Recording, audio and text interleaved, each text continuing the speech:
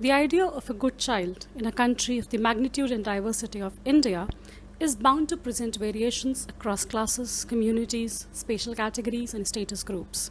In this brief talk, I speak for a smaller cohort of this larger collectivity. Understanding the idea of a good child brings together two domains of social anthropology. The first is a deeply explored area of anthropology of childhood, and the second is a relatively less interrogated domain of anthropology of morality. I try and combine the two in the context of rural North India. Concerns about raising a good child are heightened in the rural North Indian families, amidst whom I conducted ethnographic fieldwork in phases between 2012 and 2019. The field site was the North Indian state of Haryana. While the larger study focuses on understanding questions of changing family forms under sex ratio imbalance, a part of the project was to explore the value of children, sons and daughters, in this context of demographic imbalance. Rural Haryana provides a unique testing ground to examine children's moral development because morality has become a central topic in the residents' social life and penetrates familial, community, and public discussions for several reasons. First, in North India, rapidly declining fertility rate and push towards a small family form in agrarian communities have resulted in a generation of single or at max two children families, and parents pin their hopes on this smaller cohort. Second, this region has undergone rapid socio-economic transformation under the development of neoliberal capitalism and seen emergence of new individualistic values which often conflict with older cultural structures of submission to parental authority. In addition, with the marked absence of state-sponsored care arrangements and welfare measures for the elderly, family continues to be the main institution of caregiving, making parents highly dependent on grown-up children for provision of elderly care. Under such a situation, young children are in many ways parental projects from whom parents have high expectations, and in them they invest time, energy, and resources in an effort to cultivate the perfect child who, after growing up, fulfills their side of what Naila Kabir calls the intergenerational contract, mutual claims and obligations which govern relationship between different generations within the family.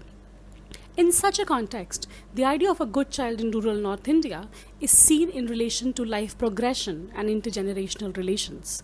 Rural North Indian residents place immense value on the cultural ideal of filial piety, as they believe it is imperative in rearing a good child. Filial piety is believed to be the core of family life, a standard of moral conduct in North India. Sarah Lamb defines filial piety as relationship in long-term bonds of intergenerational reciprocity and affection, in which juniors provide care to their senior parents in old age and after death as ancestors in return for all the effort, expense, and love their parents expended to raise them in infancy and childhood. The enduring practice of filial piety is still highly valued in India and more so in rural areas where the lack of social security system leave the majority of elderly with no choice but to rely on their adult children, especially their sons and daughter-in-laws, for support in old age. Thus, children are raised with these values instilled in them regarding an obvious and accepted duty towards family, especially parents, and those who deviate from this are often subjects of social ridicule.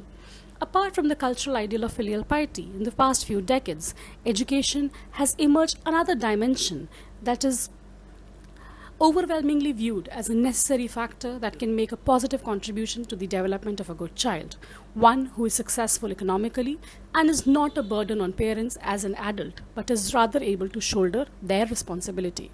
It may appear as unrelated, but as we shall see, children's education is also viewed as contributing to the fulfillment of filial piety. The links of education with income, status, and marriage are profound, and parents are willing to spend on the education of children as much as they can afford, in the hope that it can help their children attain a better upwardly mobile life, especially in comparison to their own.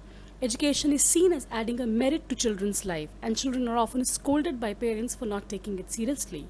However, even as education is viewed as contributing positively to the lives of both male and female children, in the rural context, there are very clear gendered variations in terms of the long-term benefits that parents can feel children or they themselves can reap from children's education. Under patrilineal marriage systems, families do not place assurance on daughters who marry and go away for the security of their own happiness and the intergenerational contract is highly son centered. For daughters, education was seen as a way to attract a good marriage proposal, make her more able to take on the possible problems in a marriage, and hold her own among in laws. But for sons, the cultural goal of education is very different. For them, education is seen as facilitating attainment of a good job, either a permanent service employment in government sector or salaried employment in private sector, which also translates into economic and social security for aging parents, thus contributing positively to the fulfillment of intergenerational contract. A good son is looked upon as a form of old age security, and in North India, parents expect much more from sons than daughters. To conclude the argument, I would say that rearing up a good child, especially a good son in North India, is viewed in terms of longevity of life, intergenerational relations, and is tied not only to children's better survival or success, but also how well they contribute to social reproduction of their families and communities. Thank you.